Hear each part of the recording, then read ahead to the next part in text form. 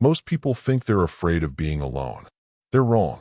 What they're actually afraid of is being seen, not liked, not wanted, seen.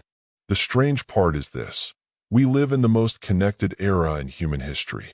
We can talk to anyone, anytime. We share our lives constantly. Photos, thoughts, feelings, voice notes at 2 a.m. And yet, intimacy has never felt rarer. Relationships start fast. They burn bright. Then they stall, fade, collapse quietly. People don't say, "I'm afraid of intimacy." They say things like, "I just need space. I'm not ready right now. I lose feelings. They were too much." But those are surface explanations, polite ones. Underneath is a deeper system at work, a system most people never notice, a system quietly training us to avoid closeness while pretending we want it. And once you see how this system works, it becomes uncomfortable to unsee. Because fear of intimacy isn't a personality flaw. It's a rational response to the environment we've built. Let's start with a small story. Imagine two people meeting for the first time. They're interested, curious, a little guarded. In the past, this moment was slow. You met through shared context, work, community, family, geography. There were social costs to disappearing. Reputation mattered. Today, this meeting often happens in a vacuum. No shared history. No overlapping worlds. No consequences for exit. This changes everything. When exit becomes cheap, investment becomes dangerous. That's the first uncomfortable truth. Intimacy only works when leaving costs something. Now think about how modern connection is structured. Endless options, minimal friction, constant comparison. Dating apps don't sell love. They sell optionality. Every swipe subtly says, "Don't settle. There's always something better. If this gets hard, replace it." This doesn't make people shallow. It makes them cautious. Because why expose your real self, your doubts, needs, insecurities, when the other person can disappear with one thumb movement? So instead, people optimize. They show the best version, the calm version, the funny version, the low-maintenance version. They perform intimacy instead of entering it. And performance feels safe. Real intimacy doesn't. Real intimacy is inefficient, messy, slow. It asks for something modern systems hate, commitment before certainty. Now here's where the fear starts to form. At first, avoidance looks like freedom. You keep emotional distance. You stay in control. You don't need anyone too much. It feels strong, until it doesn't. Because intimacy isn't just closeness. It's regulation. For most of human history, emotional regulation wasn't an individual task. It was shared. Stress, fear, grief, joy. These were processed in groups, families, long-term bonds. Now, we're told to self-regulate everything. Alone. Therapy language enters everyday life. Boundaries, triggers, emotional labor. These tools aren't bad. But something strange happens when they're absorbed by a culture obsessed with control.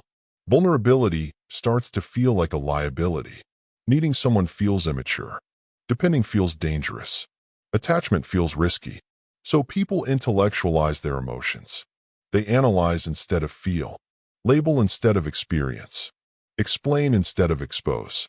This creates the illusion of emotional intelligence. But it quietly kills intimacy.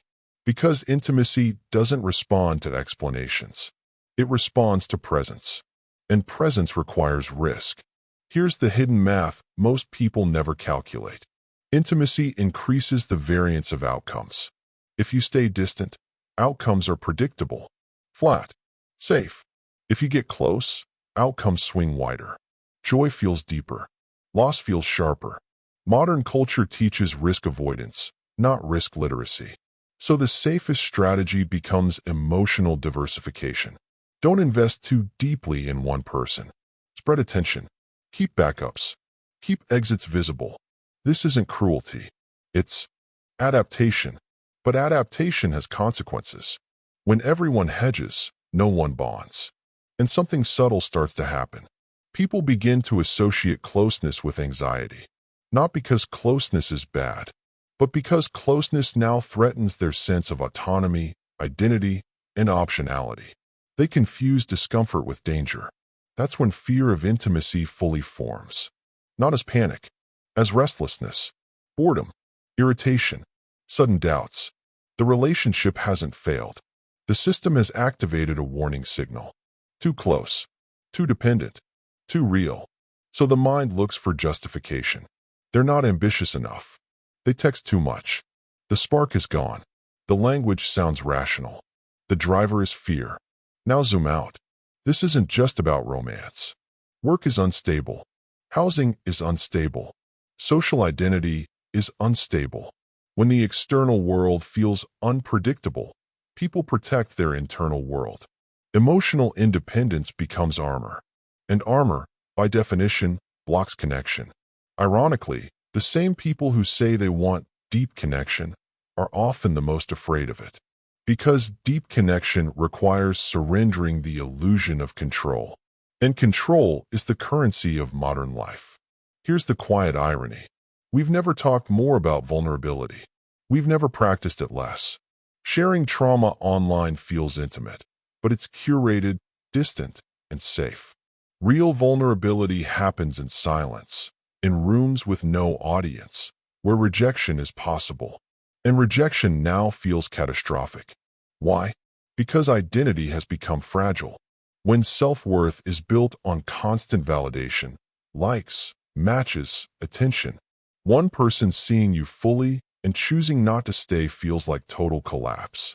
So people keep relationships shallow enough to survive loss. They don't want to break, so they never fully bond. This leads to a strange emotional economy. Everyone wants connection. No one wants exposure. Everyone wants intimacy. No one wants dependence. Everyone wants to be chosen. No one wants to need. That contradiction creates chronic loneliness. Not the loud kind. The quiet kind that exists even inside relationships. Now let's talk about timing. Fear of intimacy doesn't show up at the beginning. It appears right when things start to stabilize. When routines form. When expectations grow. When futures are implied. That's when the system panics. Because stability removes optionality. And optionality has been marketed as freedom. But optionality has a cost. Every open door keeps you standing in the hallway. Commitment closes doors, but it opens rooms. Modern culture teaches us to avoid closed doors at all costs. So people drift. They confuse motion with progress. And then they wonder why nothing feels anchored. Now here's the part most people don't want to hear. Fear of intimacy isn't always trauma-based. Sometimes it's incentive-based. If your environment rewards detachment, detachment becomes rational. If emotional distance protects your time, energy, status, and options, closeness feels inefficient. The system isn't broken. It's working exactly as designed. But humans weren't designed for it. We evolved for repeated interaction, shared risk, mutual dependence. When those conditions disappear, intimacy feels unnatural, effortful, unsafe. So people blame themselves. I'm broken. I'm avoidant. I'm bad at relationships. But the pattern is structural. And that's why advice rarely works. You can't mindset your way out of a system that punishes closeness. You can only become aware of it.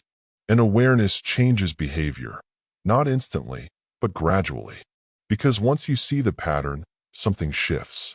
You realize fear of intimacy isn't about not wanting connection.